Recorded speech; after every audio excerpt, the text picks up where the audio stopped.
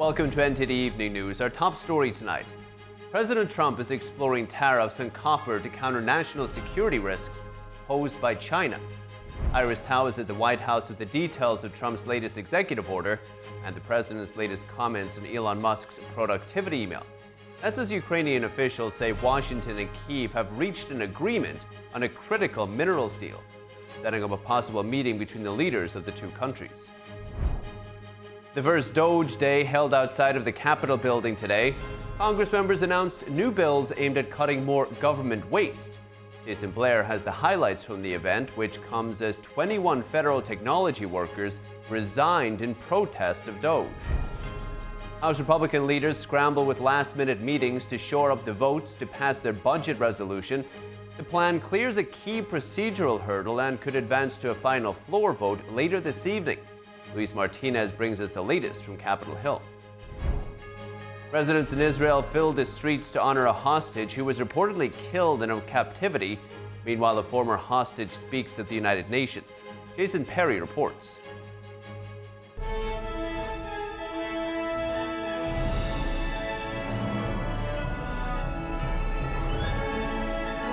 This is NTD Evening News, live from our global headquarters in New York City. Here's Tiffany Meyer.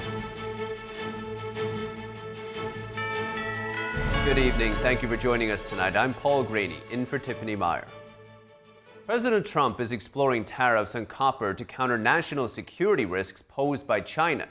His new directive comes as his administration aims to secure U.S. dominance in critical materials for tech and defense. NTD's White House correspondent Iris Tao has more. And President Trump on Tuesday signed an executive order to order an investigation by the Commerce Department into potential tariffs on copper, a metal that administration told us is critical to the production of EVs, solar panels, as well as U.S. weapon systems. With starting the process to potentially impose tariffs or other trade barriers to prevent this ongoing dumping of copper and to protect the American manufacture and production of copper. It will have a big impact. Top trade advisor to the president, Peter Navarro, told us in a press call today that is to address national security threats. He says as China is trying to dominate copper markets with subsidized and cheap products, the U.S. risks not having enough copper for its AI, EV, and even defense. He says China has successfully expanded its economic influence in sectors ranging from steel and aluminum to solar panels and electric vehicles. It is now using that same model to gain control of the world's copper markets. President Trump just this month announced a 25% tariffs on steel and aluminum. Also on critical materials, President Trump says that Ukrainian President Volodymyr Zelensky could visit the White House this upcoming Friday to sign a deal on its rare earth minerals. We're saying, look, we want to be secured. We want to get that money back. He also again teased an economic deal between the U.S. and Russia. Meanwhile, some shakeup is happening right here at the White House. The White House press secretary announced on Tuesday, moving forward, the White House press pool will be determined by the White House press team, offering the privilege to well-deserving outlets who have never been allowed to share in this awesome responsibility. Well, we're going to be now calling those shots. And on the shakeup inside the federal government, Trump today again backed Elon Musk's initiative to ask federal employees what they got done last week. So if you don't answer, I guess you get fired. Everybody speaks for me. I'm the one. I'll take responsibility. The White House says Elon Musk will join President Trump's first official cabinet meeting on Wednesday. Reporting by Iris Tao, NTD News. And the Congressional Doge Caucus held the first Doge Day outside of the Capitol building today, announcing new cost-cutting measures. NTD correspondent Jason Blair has the highlights from Capitol Hill. The Congressional Doge Caucus held the first Doge Day outside of the Capitol. The Congressional Doge Caucus is a partnership between Congress and the President's Department of Government Efficiency, and they work more from a congressional side, passing bills, introducing bills to streamline and cut government waste. Now today they talked about some new bills that they are introducing aimed at this purpose. One example is on cutting unnecessary animal testing. Our government spends upwards of $20 billion annually to conduct inhumane and unnecessary experiments on cats, dogs, monkeys, bunnies, all sorts of animals. And other representatives brought up several other bills, and there was a small group of protesters nearby urging congressional leaders to cut the budget to the Pentagon. And 21 technology workers from Doge resigned on Tuesday in protest. They wrote a joint resignation letter. They say they don't want to use their technical expertise to, quote, dismantle critical public services. AP said that they obtained a copy of their resignation letter. It says, quote, "We swore to serve the American people and upload our oath to the Constitution across presidential administrations. However, it has become clear that we can no longer honor those commitments." White House Press Secretary Caroline Leavitt said that the president will not be deterred by these types of protests or lawsuits or any other type of lawfare. She said, quote, "President Trump will not be deterred from delivering on the promises he made to make our federal government more efficient and more accountable to the hardworking American taxpayers." And also several federal workers who said that they have been recently laid off due to department cuts held a sit-in at the Senate offices. It gives some of these senators an idea of who is directly impacted from all these cuts. I was laid off without the knowledge of my manager. We're still not actually sure who laid us off because, as far as we know, there is no administrator for Doge. Reporting on Capitol Hill, Jason Blair, NTD News.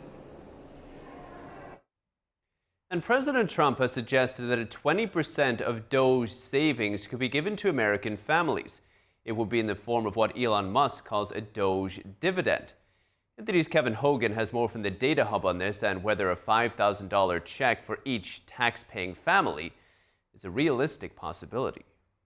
Well, the short answer is probably no, and we'll see that when we talk about the breakdown of the federal budget. But we're looking at a hypothetical Doge check right now because Elon Musk and President Trump are very ambitious about saving taxpayer dollars and being efficient in the way they run the government. Now, there are lawsuits challenging some of these cuts, so not everything has gone according to Doge's plan, and Congress would eventually have to be the ones to write the check. But there certainly is a possibility that Americans could see quite a bit of money from the Doge savings. Again, that's 20% of the savings they're planning to divide out. So under Musk's best case $2 trillion savings scenario, look at that. That's where your 5,000 number is coming from, because there are about 79 million net tax-paying families. So you just do the math, and that's what you come up with. And again, this is coming out in July of 2026. So you got a little bit of time, about a year and a half, for Doge to do their work, and that's what they could come up with. Now, at the same time, there's another good shot chance of $1 trillion savings. That's according to Musk. And as you can imagine, that check would cut down to about $2,500. So you can see there's a range here. They don't really know exactly how much they're going to save just yet. Now, at the same time, let's look at the current pace. So right now, Doge has cut $55 billion. That's their top line savings, and that would bring your check down to about $2,000 if they kept at this pace. I mean, they've been at it for just over a month now, right? And that's assuming that all of their cuts are just one-time savings, but some of those are annual subscriptions. So let's look at that. Now, the upper bound of that is if they're all annual savings, and now you're looking at over $3,500 for your check. So again, there's a range here, right? And that's all going out in July. But now, what would happen if you had a Doge check that came out right now, and you're assuming that $55 billion top line savings? Well, then your Doge check is actually $140. So that's in the bank, so to speak, again, if everything goes according to Doge's plan. But now there's a little bit more nuance to how they describe how much they're saving, because they only have $7 billion of the receipts listed on their website. So that means that your check is really only $20. Again, big range here, a lot of uncertainty with how they report their savings, and we just don't know exactly what this could amount to. So you see that big range. But now let's look at the federal budget to find out, is it really even possible to save $2 trillion? Well, look at this. This big chunk right here, that's several $1 trillion. That's mandatory funding. That's for Social Security, Medicare, Medicaid. You can't touch that. I mean, now Trump has said that he wants to preserve Medicare and Social Security and so on. Maybe they'll find some crafty ways, come up with a few billion, but saving hundreds of billions there, very unlikely. And then this, gray, that's the interest on the national debt. You got to pay that. That's about $1 trillion. So let's take out the two that they can't touch, and now you're left with what's called discretionary spending, right? So you got about just under $1 trillion for the non-defense. That's where Musk can make his moves, and he can try to save American taxpayer dollars. And this is the defense industry, and that's just about $850 billion. So right there, that's where they can make their cuts. But Trump has said that he wants a strong military, so it's very unlikely that they're going to cut from defense. And if you add this up, I mean, that's less than $1 trillion in the non-defense discretionary spending. So how are you going to cut $2 trillion when there's only $1 trillion to cut, right? So let's dive into this a little further. Now you go into, for example, the defense budget. Pardon me, I'll pull this back up. So U.S. defense spending right now, that's broken up into a couple different categories. I mean, operations and maintenance, that's the biggest chunk right there. It's about a third. I mean, you got to maintain your depots and everything like that, do your operations. Military personnel, look at this. I mean, that's about a quarter, right? And then you have procurement. You got to build your aircraft carriers, your jets, and then R&D. You got to make sure those F-35s are in top prime condition, right? And then other, that's like about 5 to 7%, give or take. That's things like destroying chemicals or ammunitions that shouldn't be around anymore. Anyway, that money is going towards something. It's not just, there for no reason. But even if they were to cut that, that's only 7%. I mean, you're talking $55 billion. So you're not raking in hundreds of $billions dollars, even if you cut the defense budget quite a bit. So that $5,000 check is probably an unrealistic number. You shouldn't expect to see that. And again, you have to realize that at the end of the day, it's going to be Congress that has to write these checks. And there are a lot of legal challenges to all this already that have led to temporary blocks. So there's a lot of uncertainty around this, and that $5,000, don't go cash that in just yet. Back to you. Thanks, Kevin. And House Republican leaders are preparing to put their version of the budget resolution to a vote, although they're unsure if it has enough votes to pass. The plan cleared a key procedural hurdle earlier this afternoon, and a final floor vote could happen as soon as tonight. NTD's Washington correspondent Luis Martinez brings us more from the Capitol. Speaker of the House Mike Johnson is putting the House's version of the budget resolution to a vote on the House floor this Tuesday. At least 4 Republicans are still no votes. But I think the most important thing to realize is that we do have an opportunity to focus in on the waste, fraud, and abuse. When you look at the numbers, it's $30 to $50 billion a year, which could be close to $500 billion just in that realm to tackle that waste, fraud, and abuse. And if we make the program more efficient, we could actually make sure that the people who it's intended for are the recipients, our seniors, our developmentally disabled, other people with disabilities, and that's what my focus has been. Congressman Byron Donalds, a Republican from Florida, urged his fellow lawmakers to vote in favor of the House's budget resolution. What do you have to say to those House Republicans who think that there's not enough spending cuts? As far as I'm concerned, we need to be cutting as much spending as possible. We're spending $7 trillion a year. A lot of that is wasteful COVID-era spending from the Biden administration. So I would really implore some of my members in Congress who are concerned about re-election prospects to do what's right fiscally for the nation, and that success will lead to their re-election efforts in the future. Congressman Pete Aguilar, the chairman of the House Democratic Caucus, dared House Republicans to face their constituents after today's vote. Our challenge to House Republicans is after you pass this budget today, which cuts Medicaid by $880 billion, go home and have a town hall with your constituents. See how they feel about what you just did. If you're going to rip away health care from people, then you ought to be able to defend your vote directly to them. But that would require the House Republican Conference growing a spine. The House's version of the budget resolution asks for $1.5 trillion in spending cuts and allocates $4.5 trillion to extend the Trump-era tax cuts. Reporting from Washington, D.C., Luis Eduardo Martinez, NTD News. And President Trump says he wants the Keystone XL pipeline built as soon as possible. The Biden administration scrapped the project as part of a commitment to renewable energy. The pipeline was designed to bring transport crude oil from Canada to the United States. Trump says his administration is very different than the previous one, adding that he would promise easy approvals and an almost immediate start to the project. When it was cancelled, officials in Canada said they were disappointed by the decision. The pipeline transports oil from Canada, so restarting it could be a boost for Ottawa. That's as Trump seeks to put tariffs on all Canadian imports, including oil and gas. Trump suggested that even if the company that was originally supposed to build the pipeline won't do it, someone else should step in and make it happen. And residents in Israel held a funeral for a hostage who was reportedly killed by Hamas terrorists in the Gaza Strip. Comes as a former hostage spoke at the UN today and called for the release of all remaining hostages. NTD's Jason Perry has the update. In Israel, people filled the streets holding Israeli flags on Tuesday as they marched in a funeral procession for Oded Lifshitz. He was taken hostage to the Gaza Strip, and in November 2023, he was killed by Hamas terrorists while in captivity, according to Israeli officials. His body was returned to Israel last week. Lifshitz' son said this at the funeral. I didn't manage to write many words. I thought a lot about it. But Dad, sorry. I'm sorry I wasn't there for you on October 7th when you tried to protect Mom on your own. Lifshitz's wife also spoke at the funeral. Our abduction and your death shakes me. We fought all these years for social justice and for peace. Unfortunately, we were hit hard by the people we helped on the other side. The funeral for the mother and two sons of the Bibas family is scheduled for Wednesday, according to their family.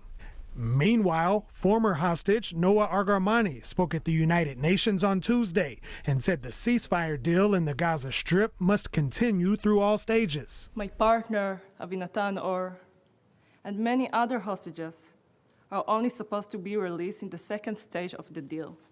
Israel's deputy foreign minister said it's possible to extend the first phase of the ceasefire to release more hostages, but the second phase is much more complex. This is something that needs to be discussed in depth. This is going to take time. This is the day after Gaza, after the war in Gaza, and what's going to happen there.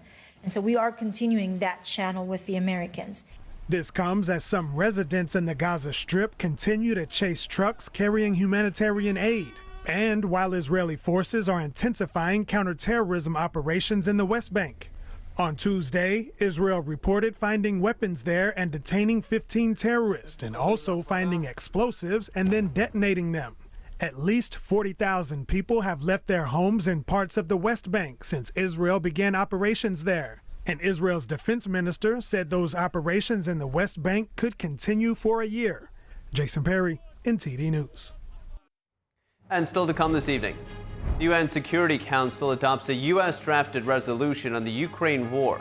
What's it about and why Russia welcomes the move? Nothing unites Congress like countering the Chinese regime. House lawmakers today working to find the best policies to combat China's deadly narcotics, unfair business practices, and what's known as debt trap diplomacy. Jack Bradley reports when we come back.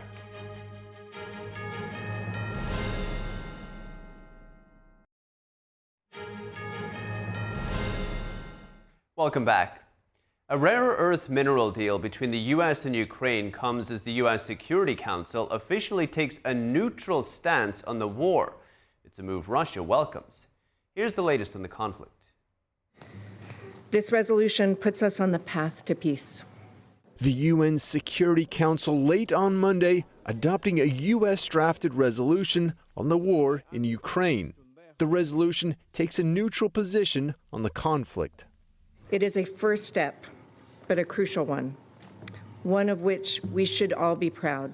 Until now, the 15-member council has been unable to take any action on the conflict in Ukraine because Russia is a veto power. Monday's resolution received 10 votes in favor, while 5 European countries abstained. The UK was one of them. There can be no equivalence between Russia and Ukraine in how this council refers to this war. The Kremlin welcomes the resolution, saying the U.S. is taking a more balanced stance on the conflict. Russia's foreign minister says the resolution shows the causes of the war are being better understood. The document mourns the loss of life. It also reiterates that the UN's purpose is to maintain international peace and security and peacefully settle disputes. Also on Tuesday, the World Bank issued a new estimate saying it's going to cost over $500 billion to rebuild Ukraine. The sectors most affected by the damage are housing, transportation, and energy. Reports of Russian attacks on Ukraine's energy sector went up 70% in 1 year. President Trump says his rare earth mineral deal could help boost Ukraine's economy. And here's what we know about the critical minerals deal in Ukraine and why they're of so much interest to the United States and other partners. Rare earths such as nickel and lithium are a group of 17 metals deemed critical to the production of batteries and other components used in electric vehicles, cell phones, missile systems and other electronics. And there are no viable substitutes. Here's geographer Julie Michelle Klinger. They're often described as the vitamins or the spice of industry because they have, over the past several decades, they've enabled, through advances in material science, our technologies to get smaller and faster and stronger and more resilient. The US Geological Survey considers 50 minerals to be critical, including rare earths. They are essential for industries such as defence, high-tech appliances, aerospace and green energy. According to Ukraine's Institute of Geology, the country possesses a significant deposit of rare earths, including lanthanum and cerium, used in TVs and lighting, neodymium, used in wind turbines and EV batteries, and erbium and yttrium, whose applications range from nuclear power to lasers. The state's geological service said Ukraine has one of Europe's largest confirmed reserves of lithium, vital for batteries, ceramics and glass. It also possesses 1/5 of the globe's reserves of graphite, a key component in electric vehicle batteries and nuclear reactors. So why does Trump want them? Political scientist Jakob Kulik said there are several reasons. Trump wants rare earths because the American economy is highly dependent on Chinese sources, and it's an economic and national security risk. And in order to avoid that the Chinese will take over Ukrainian rare earths commodities and build up potential mines there, it's an option for the Americans. Kulik added that not many American companies are able to mine and produce rare earths within the US. Ukrainian data shows that the country has deposits of 22 of the 34 minerals identified by the EU as critical. However, about 40% of Ukraine's metal resources are now under Russian occupation, according to estimates by Ukrainian think tanks. The bulk of Ukraine's coal deposits, which powered its steel industry before the war, have been lost. And one of President Trump's goals is to sever the close ties between Russia and China. But is that possible? I spoke with China expert Gordon Chang, and here's what he told me. Gordon, we see a lot of action happening around the Ukraine-Russia war, specifically Russia and the United States signaling at closer relations between the two countries. Number one, do you see that actually manifesting and becoming a reality? Number two, what does it mean for this Russia-China relationship that we've seen grow so strong over the past 3 to 4 years? Yeah, I can understand President Trump trying to woo Russia away from China, but I don't think that's possible right now. And the reason is that Vladimir Putin and Xi Jinping, they see the world in the same terms. They identify their interests in the same way, and they know they have the same enemy. That's the United States in their view. You know, when Nixon took China away from the Soviet Union, they had already split. Now, you know, people are trying to do the same thing, but I don't think it's possible because of the way Russia and China now are so close. They both help each other, so I don't see that working out at all for us. What happens if President Trump makes it a requirement on Russia to, forcefully come closer to the United States rather than deal with China? You know, Putin can say anything that he wants, and Trump may believe him, but we know that Russian Federation has just violated every agreement they've had with us. So I don't trust Putin when he would make a promise to Trump about this. I'd like it to be true, but I think that we're replaying the 1938 Munich Pact, land for peace. It doesn't work with militant aggressors. But, right now, I just don't see how this works out. Well, let's see, because we see Europe preparing a new raft of sanctions on Europe. If Russia doesn't play a game with Trump, perhaps we'll see the United States put more sanctions on them. Let's talk about China a little bit. Reciprocal tariffs. These are blanket reciprocal tariffs for everybody in the world, but I would assume China will be more affected than any other nation in the world by these reciprocal tariffs. Oh, absolutely. And the reason is Xi Jinping has turned his back on consumption as being the basis of the Chinese economy. That means he has only one way to rescue a very desperate situation. That's to export more. And that means he absolutely needs the American market, the world's largest. It can't be replaced in any reasonable time frame, which means that President Trump has all the high cards. And when President Trump starts putting tariffs on China, which I hope that he adds more to them, then I think we're going to see the Chinese economy fail. because right now it is not growing at the 5.0% pace that they claimed for last year. It's more like zero, Paul. Maybe a little bit above, maybe a little bit below, but essentially zero. Do they have any response to Trump's tariffs? They will huff and puff. But remember, we're the bigger economy. The Chinese economy, even if you believe their fabricated and exaggerated numbers, is less than 2/3 the size of ours. But even more important, we are the trade deficit country. And in trade wars, trade surplus countries like China just can't win. Last year, their merchandise trade surplus with the U.S. was $295.4 billion. That's up something like 5.8% from 2023. So we're the trade deficit country. We're the bigger economy. We're going to win this. But I think it's incredible when you consider the leverage President Trump has found in tariffs. Number one, like you said, the size of the U.S. economy and the strength of the U.S. consumer. But we also have the fact that America's import tariffs are so low vis-a-vis other countries. The leverage that Trump has is just enormous. Oh, well, it is. And that's one of the reasons why, we have sort of had an economy very indulgent. We've allowed these tariffs, but more important, non-tariff barriers on American goods. Once we start leveling the playing field, we're going to see manufacturing. There's going to be a renaissance in this country because Trump understands that we need to make our own things. Let me ask you, on the manufacturing renaissance, like you put it, how long will it actually take to build up these factories, to build up the infrastructure? And number two, what happens if the next administration just starts undoing it all? Two great questions. I mean, different industries will grow at different speeds. So, for instance, you take something complicated like semiconductors, that'll take longer. But there's certain things that can come back to this country very quickly. And if they don't come back to this country, they could come to Mexico or Central America, and that would be good for us as well for a number of different reasons. I think that is going to be something that will be very popular, especially after 4 years. So even if the Democrats were to win in 2028, I don't think that they're going to reverse Trump's policies. Remember, Biden, who campaigned against Trump's tariffs, he kept Trump's tariffs in place for his 4 years. So I sort of see the same dynamic. This is going to become a part of basically a bipartisan American policy to build up manufacturing. Gordon Chang, author of Plan Red, China's Project to Destroy America. Gordon, thank you so much. Oh, thank you. I really appreciate it.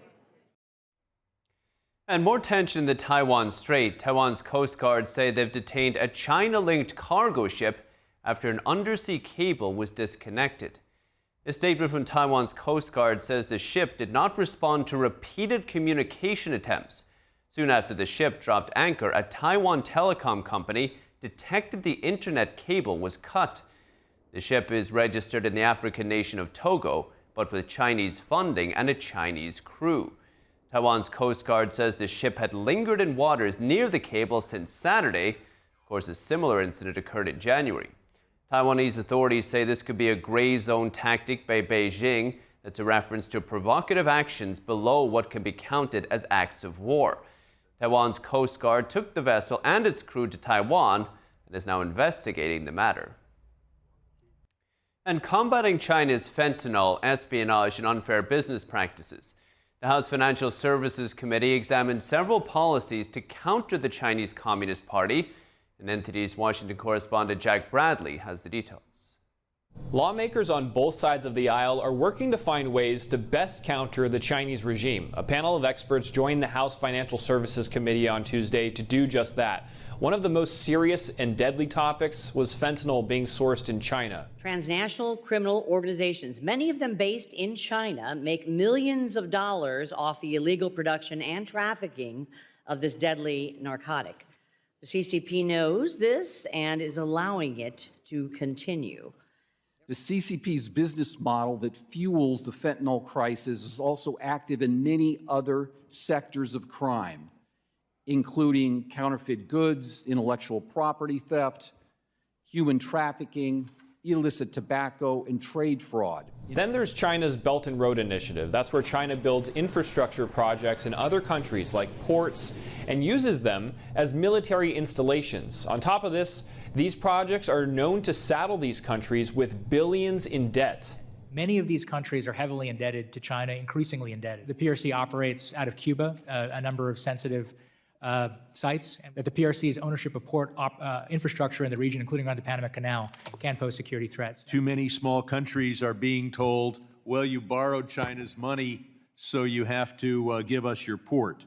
What we need to do is say to every lender and every credit rating agency that when China makes an unfair loan and you don't repay, that can't be used against the country's credit rating. This comes after President Trump's executive order last week on a new foreign investment policy to counter China. Now, it aims to curb U.S. investment in Chinese companies and vice versa. Beijing is using this technology to equip its military, as all companies in China are required to share intelligence with authorities. U.S. venture capital deals have fallen in China by 87%, and by 2023, net foreign investment into China turned negative for the first time on record. But it's also true that U.S. investments made in China still are valued at about $127 billion. Right now, we subsidize Americans who invest in Chinese stocks. Please raise your hand if you believe that we should provide subsidies to Americans who choose to invest in Chinese stocks. Let the record show no hand went up. The panel recommends that Congress take stronger actions against China by passing laws that help law enforcement catch Chinese agents, increase tariffs on China, and other laws that prevent China's investment in semiconductors. Reporting from Washington, D.C., Jack Bradley, NTD News. And still to come this evening, President Trump set to make waves across industries. We look at the impact his administration might have on agriculture. Chris Beers hits the fields. And egg prices are surging. That means some breakfast favorites are getting more expensive. Denny's has announced a temporary surcharge on meals that include eggs, citing the ongoing nationwide shortage. Christina Corona brings us the latest prices after the break.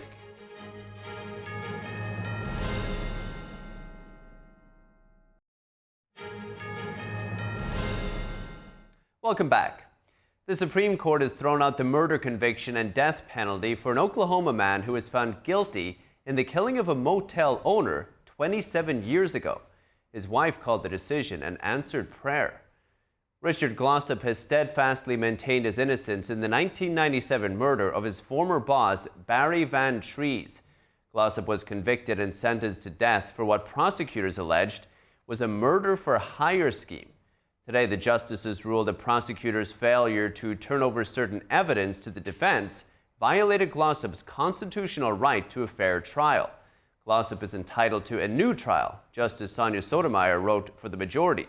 Justices Clarence Thomas and Samuel Alito dissented, voting to uphold the death sentence. And how might the Trump administration's policies impact American farmers? Rising labor costs pushed one local farmer to turn his fifth-generation business into a farm-to-bottle distillery. NTD's Chris Beers looked at the factors behind that decision and how President Trump might change them. John Globacki is a fifth-generation farmer in the fertile Black Dirt region of Orange County, New York. He inherited his family's farm in his early 20s, but economic pressure and labor challenges pushed him to look for a more lucrative use of his family's land. I was still like a dark-to-dark type, and it did leave not as much time for family life. So trying to get into a position where I had a little bit more control.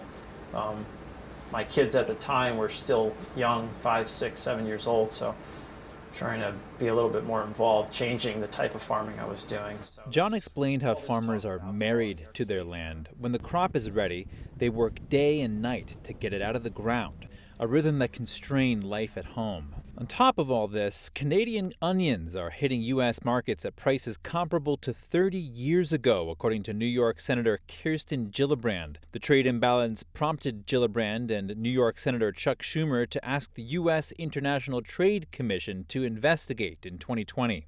We would sell our onion to the point where the Canadian market decided they wanted to sell onyons, and they would bring onions into the same customer packers that we sell to at a considerable less cost, and that would there was no, we would have to either decide to take a loss on the sale if we really needed to move product, or just stop. The pressure of the Canadian grower was a major factor. The price imbalance is part of why John transitioned from onions to mixed vegetables and eventually to spirits. John is now the co-owner of Orange County Distillery. The labor, lifestyle, and market issues he faced simply don't exist anymore for him. The Trump administration stands to impact some of the issues that drove John away from onion farming, like the suspiciously low price of onions from Canada. I guess the tariff hopefully would balance out that, and then maybe not make the Canadian product so desirable and allow the local grower here to survive. I asked John to weigh in on President Trump's potential mass deportation of undocumented farm workers who make up 50% of the farm labor force, according to the USDA. The American people and the American government have to realize how do we produce our own food so that we don't have to rely. And then the other part is like, what's our policy of maintaining proper, legitimate migration? We might just find out what that long-term plan is during Trump's second administration. His press secretary hasn't ruled out deporting immigrants based solely on their legal status. Chris Beers, NTD News. And the price of eggs is skyrocketing, and now your breakfast bill might be going up too. One restaurant chain is adding a temporary surcharge on meals that include eggs. NTD's Christina Corona tells us more. Egg prices are soaring, and now some Denny's locations are passing the cost on to customers. The breakfast chain has confirmed that some of its locations will be adding a temporary egg surcharge due to the nationwide shortage caused by the ongoing bird flu outbreak. Denny says pricing decisions will vary by restaurant depending on regional supply challenges caused by the nationwide bird flu outbreak. We asked one customer their thoughts on the egg surcharge.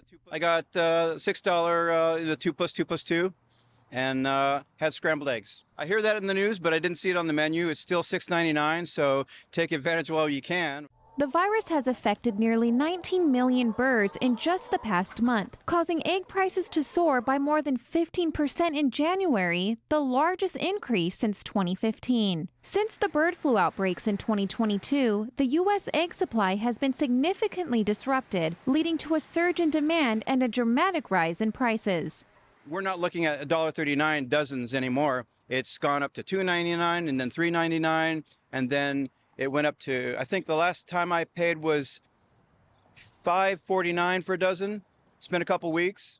This increase has forced major retailers like Trader Joe's, Costco, and Whole Foods to impose purchasing limits on eggs to prevent stockpiling and ensure availability. But now restaurants are joining in on the action. Waffle House was the first national chain to introduce an egg surcharge, adding 50 cents per egg to meals earlier this month. Waffle House said it hopes the price hike will be short-lived, but admitted there's no telling when the shortage will end.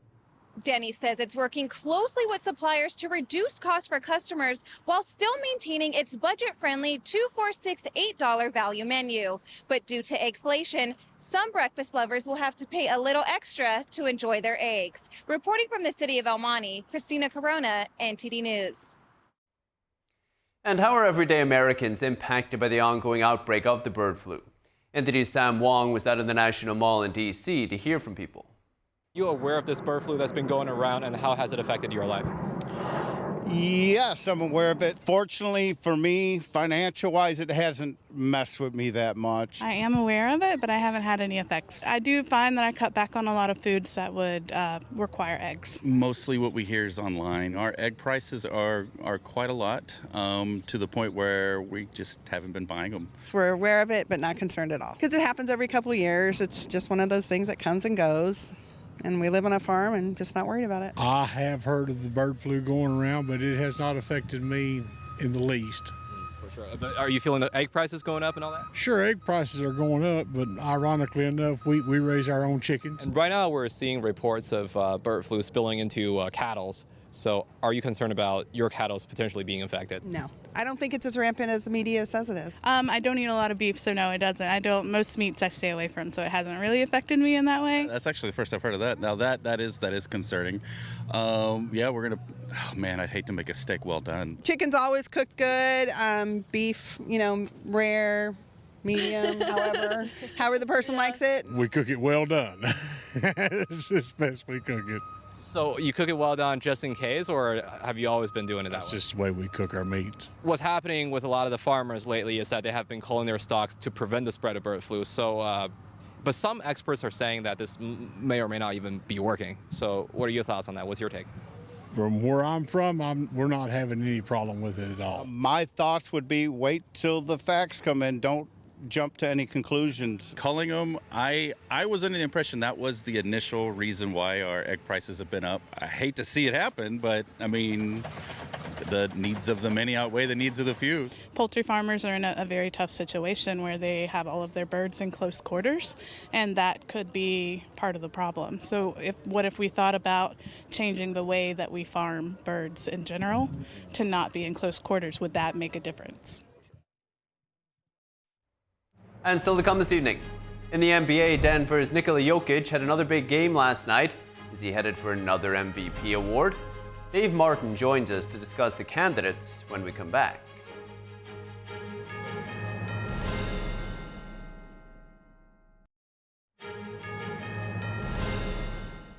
And now for your sports news, we're joined by NTD's Dave Martin. Dave, as always, great to see you. Yeah, great to see you, Paul. So Dave, yesterday we talked about the Tush push. We didn't know who was campaigning against it. Now we know it's the Green Bay Packers. Why? They did not actually give a reason, though. Their general manager, Brian Gutekunst, acknowledged his team was not very successful in stopping the run. Now, he did say he wanted to look at injury rate information on that play, so maybe injuries played a part of it. He didn't really specify, of course. Now, for those who don't know, the Tush push is just really a quarterback sneak. A couple guys line up behind the quarterback, and they just push him forward. It ends up with this huge scrum of players pushing against each other. Now, when I talked about this yesterday, of course, we didn't know who actually put in the request. I figured it was not Buffalo or Philadelphia because they're so successful at running it. But actually, Buffalo coach Sean McDermott, he actually expressed a little bit of concern about the safety of this play. And if you remember the Super Bowl, the Eagles scored their first touchdown with this run. Chiefs defensive tackle then Chris Jones looked like he was injured in his head or neck area after the play, so maybe that's it. In any case, they vote on these kinds of rule changes in the offseason. It takes 24 out of the 32 owners vote for it to pass. So stay tuned, I guess. There you go. Staying in the NFL, we know that the Cleveland Browns, they don't want to let Myles Garrett go. He wants to go. What's going to happen there? Well, he doesn't have too many other options. I mean, he's under contract for 2 more seasons at this point. Now, from an outsider's view, I mean, you can see kind of why he wants to leave. You know, the team went 3-14 last year. That was the second worst record in the league.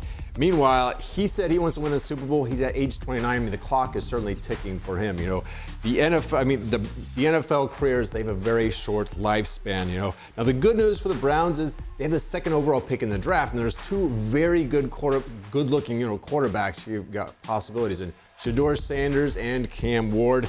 Maybe if they get one of them, they can upgrade their quarterback position. That could turn them into contenders real quick. I don't know if that's going to, change Garrett's mind between now and when the season starts, though. Otherwise, some players in years past, they skip off-season workouts, they skip training camp. Who knows if that's what he's thinking. So we'll have to see. Stay tuned on this one and see how this one gets resolved, I think maybe put a little more pressure on the team. Hey, NBA. Jokic last night, 19 assists. He must be in the running for MVP. For sure, he is in the running.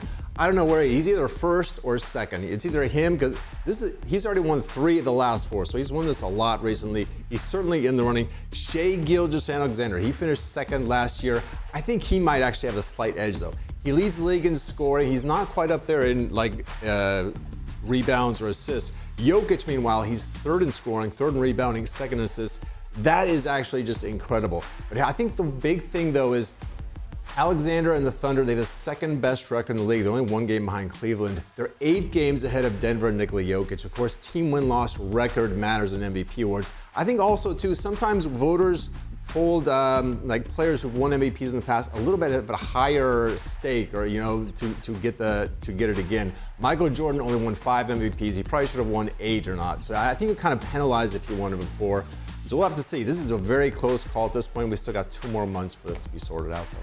Very quickly, we see Luka Doncic heading back to the Dallas Mavericks. It's just been 3 weeks since that incredible trade. Well, they're playing the Mavericks tonight, right, against the Lakers. So this is first time to play the Lakers, first time he's facing his old teammates since that trade a few weeks ago that just shocked the NBA. Now he was injured at the time, but he's back. He's playing. He had a great game Saturday night, scored 32 points in their win over Denver and Nikola Jokic, who I just discussed. But this is actually going to be a night, I think, for Laker fans to kind of acknowledge Anthony Davis.